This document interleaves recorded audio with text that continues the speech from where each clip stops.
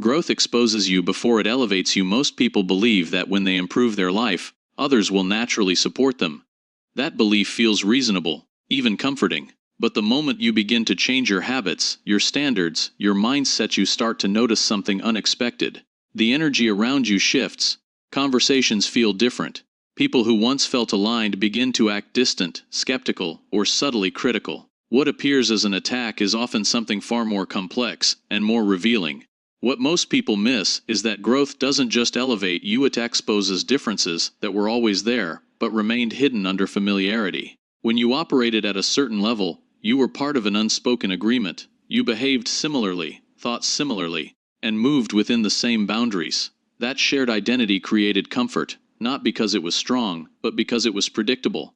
The moment you step outside of that pattern, you don't just change your position, you disrupt the psychological balance others had with you. This is where the tension begins. It is not always loud or direct. It often appears in subtle ways: dismissive comments, reduced support, passive resistance, or quiet withdrawal. These reactions are rarely about what you are doing on the surface. They are reflections of something internal within the other person. Your growth forces comparison without permission. It brings attention to what they have not done, what they have delayed, or what they have chosen to ignore. And that awareness is uncomfortable. Human psychology naturally resists discomfort, especially when it challenges identity. Instead of processing that discomfort internally, many people externalize it. They question your intentions. They minimize your progress. They interpret your change as arrogance or distance, not because you have become those things, but because it is easier to redefine your growth than to confront their own stagnation. In this way, what feels like an attack is often a defense mechanism, an attempt to restore emotional equilibrium. The deeper realization is that growth is not just a personal process, it is a relational shift. You are not only evolving internally, you are changing your position within a social structure, and every structure resists change at first. This is not something to take personally, nor something to react against. It is something to observe with clarity, because once you understand this dynamic, the emotional weight of those reactions begins to dissolve. Instead of asking why people are reacting this way, the more useful question becomes, what does my growth reveal that was previously hidden? That question changes your focus from external judgment to internal awareness. It allows you to see that resistance is not necessarily opposition, it is often a signal that you are moving beyond a version of yourself that others were comfortable with. This is where the shift in mindset becomes critical. If you interpret resistance as rejection, you will slow down, second-guess yourself, or try to adjust in order to regain approval. But if you interpret it as exposure, as a natural consequence of stepping into a different level, you begin to move differently. You stop explaining yourself. You stop seeking reassurance. You stop trying to bring everyone with you. And in that quiet adjustment, something changes within you. You begin to understand that not everyone is meant to align with your growth. Some people are connected to who you were, not who you are becoming. And holding on to their version of you requires you to shrink back into something you have already outgrown. That is the real cost, not their reaction, but your hesitation to continue forward because of it. When you see this clearly, you stop expecting comfort during transformation. You stop expecting validation from those who are not evolving at the same pace. And most importantly, you stop interpreting discomfort as a sign that something is wrong. Instead, you recognize it as part of the process. A quiet indicator that you are stepping into territory that requires a different level of awareness, discipline, and emotional control. Your progress disrupts invisible hierarchies. Most people believe their growth exists in isolation, as if improving themselves only affects their own life. But the moment you begin to move differently, think sharper, act with more discipline, raise your standards, say you are no longer operating within the same invisible structure that once defined your place. And that shift does not go unnoticed, even if no one openly acknowledges it. Every environment has a hierarchy, but it is rarely spoken about. It exists in subtle cues: who is respected, who leads conversations, who influences decisions, who is overlooked. These roles are not always based on competence or intelligence. More often, they are built on familiarity, consistency, and unchallenged positioning. Over time, people settle into these roles without questioning them, and over time, they begin to feel permanent. When you grow, you unknowingly challenge that permanence. You are not asking for permission. You are not announcing your intention. But your actions begin to contradict the role you are assigned. The quiet one becomes more assertive. The overlooked one becomes more focused.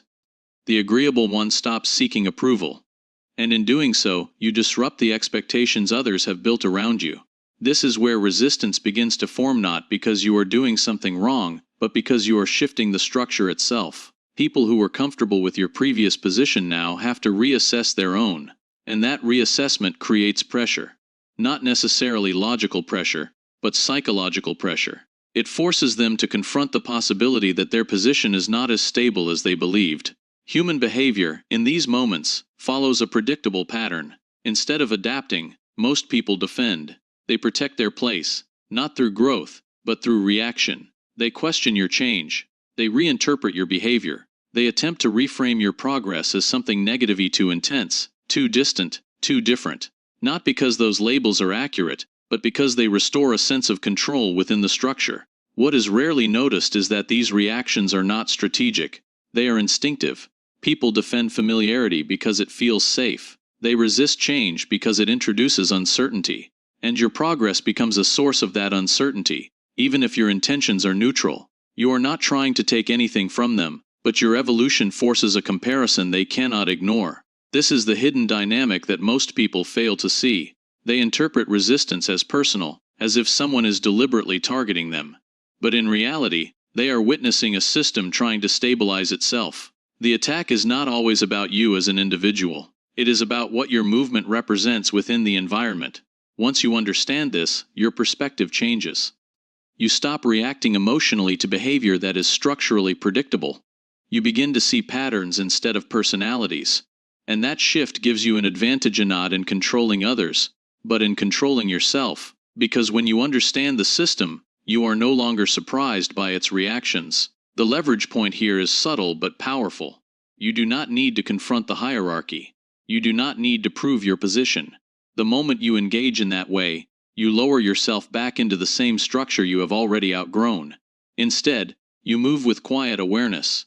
You let your actions redefine your position over time without forcing recognition. This requires discipline because the temptation to respond is always present. When people question you, misunderstand you, or subtly push against your growth, the natural instinct is to explain, to defend, to correct. But that instinct ties you back to their perception. And once you are tied to their perception, you are no longer operating independently. The real shift happens when you detach from that need. When you no longer require acknowledgement to continue moving forward. When you understand that recognition, if it comes, will come as a result of consistency and not explanation. And until then, silence becomes more powerful than reaction. At that point, your growth is no longer dependent on the structure you came from. You are not trying to fit into it, nor are you trying to break it. You are simply operating beyond it, with a level of awareness that allows you to see what others are still reacting to without understanding. Emotional reaction is the trap they expect. Most people assume the conflict begins when others attack them. But the real conflict begins the moment you feel the urge to respond. That internal shift, subtle, immediate, almost automaticist, where control is either lost or maintained. Because what others are often waiting for is not your explanation, not your defense, but your reaction. There is a pattern that repeats itself in almost every environment. When someone sees you progressing, becoming more focused, more disciplined, more self-contained, it creates tension. That tension does not always express itself through direct confrontation. Instead, it shows up as provocation, small comments, dismissive tones, indirect challenges, or situations designed to test your composure. These are not random behaviors. They are attempts to pull you back into a familiar emotional dynamic. What most people fail to recognize is that the moment you react emotionally, you validate the position others have placed you in. If they see you as impulsive, your reaction confirms it. If they believe you are easily provoked, your response reinforces it. And even if your reaction feels justified, it still operates within their frame, not yours. You are no longer acting from awareness, you are responding from influence.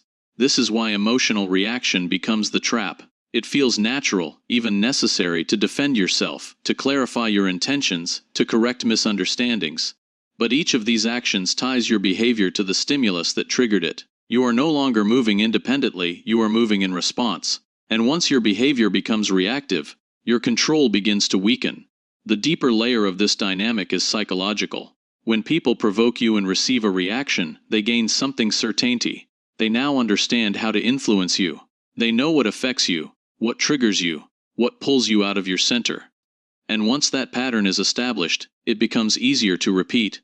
Not because they are strategically planning every move, but because human behavior naturally reinforces what works. Silence disrupts this pattern. Not passive silence, but controlled silence. The kind that comes from awareness, not suppression. When you choose not to react, you remove the expected outcome. The person who was testing you is left without feedback. The emotional loop they initiated does not close, and that creates a different kind of tension they are not prepared to handle. This is where discipline becomes essential, because the urge to react does not disappear simply because you understand it. It remains present, especially in moments where your identity feels challenged. When someone questions your intentions, disrespects your effort, or misinterprets your actions, the impulse to respond is immediate. But discipline is the ability to observe that impulse without acting on it. That observation creates space, and in that space, you regain control. You begin to see that not every situation requires your engagement. Not every comment deserves your attention. Not every misunderstanding needs to be corrected. And more importantly, you begin to understand that your power is not in how well you respond, but in your ability to choose when not to. This shift is not about becoming passive or indifferent. It is about becoming selective. You are no longer reacting to maintain your image. You are acting in alignment with your direction. And that difference is subtle, but it changes everything. Because once you stop reacting impulsively, you remove yourself from the emotional rhythm that others are operating within. Over time, this creates a transformation in how you are perceived. People who once expected a reaction begin to hesitate. The patterns they relied on no longer produce the same results. And without that feedback, their behavior loses momentum. Not because you confronted them, but because you no longer participate in the cycle they were trying to create. Detachment turns pressure into power. There comes a point where the same situations that once disturbed you begin to feel distant. Not because people have changed, but because your relationship to their behavior has shifted. What used to feel personal now feels predictable. What once demanded a response now barely registers as something worth engaging with. This is not indifference in the careless sense. It is detachment in its most controlled form. Most people misunderstand detachment. They assume it means withdrawing, becoming cold, or disconnecting from others entirely. But true detachment is not about distance from people, it is about distance from emotional dependence. It is the ability to remain grounded regardless of how others behave, speak, or react, and that ability changes the way pressure is experienced. In earlier stages, pressure feels external. It comes from what people say, how they act, how they interpret your decisions. Their reactions feel heavy because you are still measuring yourself against them, even subtly. You are still aware of how you are perceived, still influenced by whether you are understood, still affected by whether your actions are accepted. That connection creates vulnerability, not because others are powerful, but because your internal state is still linked to external validation. Detachment breaks that link. It removes the need to be understood by everyone. It removes the urgency to correct every misinterpretation. It removes the impulse to respond to every reaction. And once that need is removed, something shifts. The same behavior that once created pressure now has nowhere to land. It no longer enters your internal space with the same intensity. What most people do not realize is that this is where real authority begins. Not in controlling others, not in influencing outcomes, but in controlling your own response to everything around you. When you are no longer moved by external reactions, your behavior becomes consistent. And consistency, over time, creates a form of presence that others cannot easily disrupt. This is why detachment often appears as silence. Not because there is nothing to say, but because there is nothing that needs to be said. You are no longer reacting to fill gaps, to defend positions, or to maintain an image. You are operating from a place where your direction is already clear, and that clarity reduces unnecessary engagement. There is also a long-term shift that occurs. As you continue to operate from detachment, the environment begins to respond differently. People who once reacted strongly begin to lose interest in provoking you, not because they have changed fundamentally, but because the pattern no longer produces results. Without emotional feedback, their behavior loses its effect, and over time, that absence of reaction creates a new perception. You are no longer seen as someone who can be easily influenced. You are not predictable in the way others expect. There is a level of control in your presence that does not come from force, but from restraint. And restraint, when consistent, becomes difficult to challenge. Not because it is aggressive, but because it is stable. At this stage, pressure no longer feels like something to resist. It becomes something to observe. You begin to see it as a signal rather than a threat, a signal that you are operating outside of familiar patterns, that you are no longer moving in alignment with expectations that once defined your role, and instead of pulling you back, that pressure begins to confirm your direction. Eventually, what once felt like resistance transforms into something quieter. Not approval, not agreement, but recognition. A subtle acknowledgement that you are no longer operating within the same emotional framework. And in that realization, the need to respond disappears completely, leaving only a steady, controlled forward movement that no longer depends on how others choose to react.